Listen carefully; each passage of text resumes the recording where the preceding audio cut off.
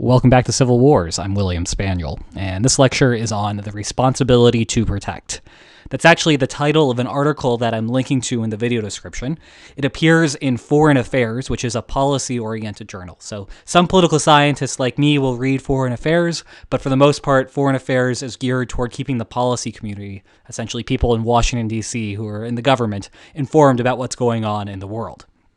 And unlike everything else that I have talked about in this class, and that I will be covering later on in this class, this is a normative piece. It is not a positive piece.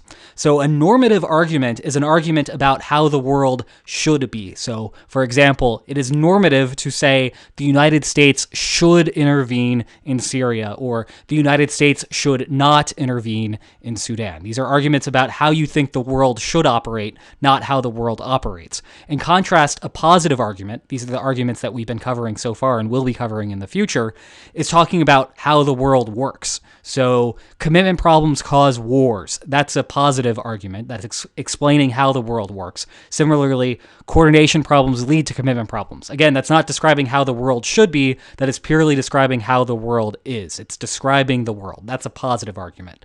So unlike all the other things that we've covered in this class and everything else that we will be covering in this class, the responsibility to protect, that article that I have linked in the video description, is normative and is making an argument about what should be true about the world, what they think, the authors of this article think should be true about the world. And their argument is that intervention should not be a luxury that states can choose. Instead, those powerful, strong states have a responsibility to protect the defenseless. So you're in the United States right now, or say, in fact, you're the United States government.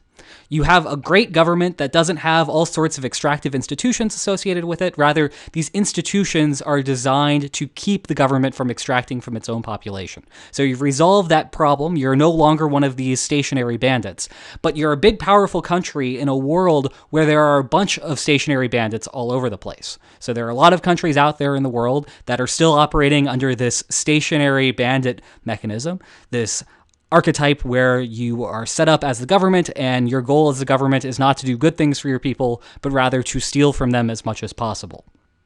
Well, the responsibility to protect says, out of all of those states out there that are really extractive, some of them are especially brutal. They'll kill their own people, they'll imprison them, they'll do all sorts of nasty things just to extract as much as possible from those people. And if you're a strong country like the United States, you have a responsibility to intervene in those countries, to remove those governments from power, and to help those defenseless people within the country right those wrongs and get them into a place where they're being helped by their government, not hurt by their government. And the responsibility to protect justifies this in the following way. And it actually goes all the way back to 1648. So this is an image of the ratification of the Treaty of Westphalia. At the time, 1648, it was important because it ended the 30 Years' War. What I don't think that they expected is that this treaty would develop how states work even 350 years later. So the Treaty of Westphalia establishes how states work today, where if you're a state, if you're a government in that state, you have the ability to say what goes on inside of your country. The government decides the domestic politics within a country.